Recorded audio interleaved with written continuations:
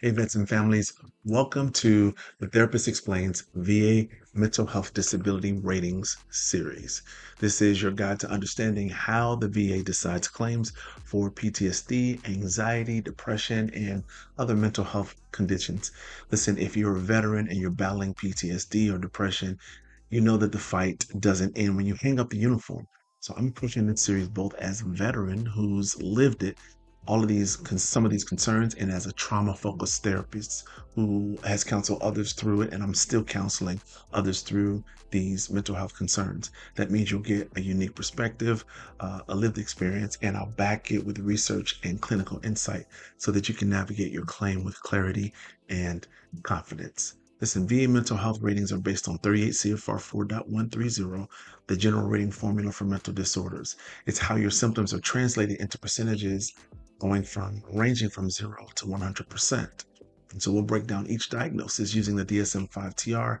This is the same manual that therapists and the VA use to define mental health conditions. I got one right here. You'll see exactly how your symptoms align with VA criteria and how to strengthen your evidence. Every episode that I do is going to include a DSM-5-TR overview of the condition, a research highlight, a proven VA claim strategy, and then some practical steps to help you build a strong evidence-based claim. You can also download my free guide. It's the VA Mental Health Claim Self-Assessment and Decision Tree. This is linked in the description and it's pinned in a comment. This is going to help you organize your symptoms, match them to the VA rating scale, and then prepare for your C&P exam with confidence.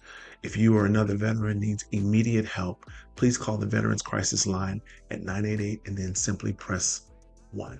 You are never alone, and you've got help in this fight for your mental health and for your well-being. I want to be along on the ride and along on the journey with you. So before we start, let me give you a quick disclaimer. This content is for educational purposes only. I don't give legal, clinical, or medical advice. Royal Rock Counseling and Consulting LLC is not affiliated with the VA, and we don't prosecute claims. We do help you understand the process and connect you to qualified professionals if necessary. If you find this content helpful, please like it, subscribe it, hit the notification bell so you don't miss future videos. Your support helps this channel reach more veterans and families who need clear, trustworthy guidance and advice on mental health and VA claims and things that can help their families live well and live well. So thank you to everybody who's already subscribed and commented and shared. You're part of the community helping veterans take back their voice, their health, and their future. So without further ado, let's begin your journey toward a fully developed VA claim that's informed, confident, and empowered. These videos aren't going to be that long, but they will all help you live royally and live well. Thanks for watching, and I'll see you in the series. And so now we are going to talk about panic disorder and or agoraphobia, which is also the name that it's noted in the DSM-5-TR. It is under Diagnostic Code 9412 for 38 CFR. And again, it's rated under the general rating formula for mental disorders. What is panic disorder? It is characterized by recurrent, unexpected panic attacks, followed by persistent worry about having more attacks or significant maladaptive changes in behavior. For example, avoiding certain situations that might bring on that panic. What is agoraphobia? Agoraphobia is a marked fear or anxiety about two or more types of situations. Notice we're saying two or more types of situations from which escape might be difficult. For example, using public transportation or being in open spaces, being outside of the home alone. If they cannot easily find an escape route, then agoraphobia is the fear of being closed in and experiencing a panic attack as a result. This often develops as a result of panic attacks as the person avoids places where attacks previously occurred. DSM-5-TR Panic Code for Panic Disorder is 300.01 and agoraphobia is 300.22. And they are now separate codable diagnoses. That's why it's important to have the most recent and current DSM-5-TR, which again published in 2022, to make sure that we are diagnosing these things correctly. If you're clinicians out there, and if you are a veteran out there, it's important that you understand the differences between agoraphobia and panic disorder, and there is a possibility that you can have both. So the panic attack surge is an abrupt surge of intense fear or discomfort, peaking within minutes, featuring 4 or more somatic cognitive symptoms, such as palpitations or accelerated heart rate, sweating, trembling, or shaking, sensations of shortness of breath or smothering, fear of losing control or quote unquote going crazy. We don't want to stigmatize the word crazy in the mental health world, but that is something that's significant where people have said, I feel like I'm going that way. Numbness or tingling, which is parasthesia. The impact of agoraphobia is the resulting avoidance behavior is key to the VA rating, as it demonstrates occupational and social impairment. For example, if someone is unable to leave the house for works or appointments because they fear that there is a panic or an attack um, that is evident, or that is attack that is imminent danger. So they fear that, so they won't even leave the house. They won't leave to go to work. They won't do anything like that because they feel like as soon as they step out of the house, something is going to get them. That's the clinical diagnosis for agoraphobia. In our scholarly insight, we find out from Barrera et al. In 2013, their scholarly research that panic disorder, check this out, is diagnosed in 6.1% to 8.3% of veterans, a rate comparable to or higher than the general population. Yet it is often miscoded or overlooked in service records. So veterans are experiencing diagnoses of agoraphobia or panic disorder, but it's not being diagnosed properly, therefore not being recorded as documentation in the record. And here's the next area as to why claims for agoraphobia and panic disorder fail. Misclassification, in-service symptoms, for example, chest pain, difficulty breathing, dizziness, are frequently treated as purely physical issues in service treatment records, leading to a lack of psychological documentation.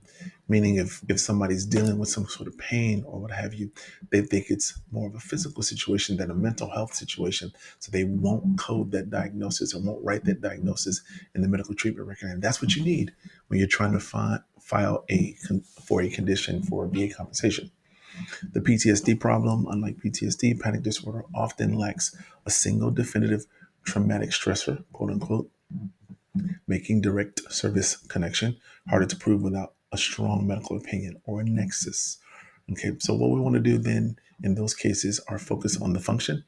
Extreme agoraphobia, which is a severe symptom of 9412, is often the strongest piece of evidence as it visibly demonstrates total occupational and social impairment. And remember, everything at the 100% level is total occupational and social impairment. And that is the core of the VA rating criteria. This is what you are going to look at. It's that same chart, the general rating formula chart in 38 CFR 4.130, total and social impairment. That's when we start looking at some of these other TDUI, permanent and total sort of ratings. Okay, so that's the area in total and social occupation. I would say from 70 to 100%, but that's the criteria or the gradation of range that you want to look at.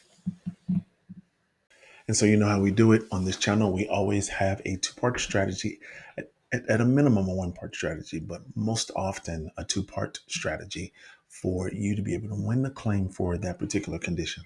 I think you're going to really enjoy that piece of it because when we get to our 30 claims in 30 days, you're going to really enjoy that piece of it because we're going to go even deeper with case law on strategies to win your claim. But proving the link, step one, you first want to get the right diagnosis and documentation. You want to ensure your diagnosis explicitly includes panic disorder and details the frequency and severity of your attacks. You want to have a mental health professional complete a DBQ specifically for the mental disorder, focusing on the frequency of panic attacks. Okay, panic attacks are very different. You look at the DSM-TR, they have different symptomology in panic attacks than anything else. I know sometimes it's hard to you confuse anxiety with depression with PTSD. When we do our series on PTSD, you're going to begin to see some of these distinctions and distinguishing characteristics of depression, and then trauma or anxiety, and then anxiety, depression, and trauma. You'll begin to see some of those differences once we start doing that series. Step 2 is establish a nexus, which is the critical link, which we talk about often on the channel. Obtain a nexus letter from an independent medical provider who can state that your panic disorder is at least as likely as not caused or aggravated by your military service. Remember, you can establish nexus from your treatment provider. You can establish nexus through dates, times, oriented geographical incidents, those kinds of things. You can establish nexus letters for the event, injury, or illness from while you were in multiple ways. A nexus letter is just one of them. Link the symptom, focus the nexus on how a service event, for example, a stressful training cycle, deployment environment, or physical injury, initiated the anxiety that evolved into a recurrent panic disorder. And then part 2, some of the same. We want to start mapping these symptoms to 38 CFR 4.130, which is the general rating formula. Ratings based on functional impairment. It doesn't rate the diagnosis, it rates how the symptoms affect your social and occupational functioning, just like most other ones.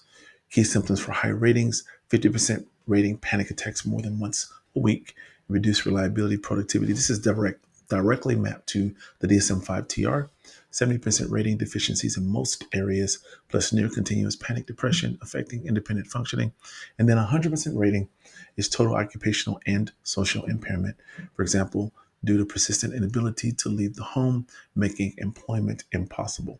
The agoraphobia factor, which is extreme agoraphobia, is the inability to leave the home. This strongly supports a 100% rating for eligibility for TDIU, as it demonstrates total occupational impairment. But you've got to demonstrate that through evidence, demonstrate that through lay statements, demonstrate that through personal statements, through other evidence that you provide stating that you have this particular condition.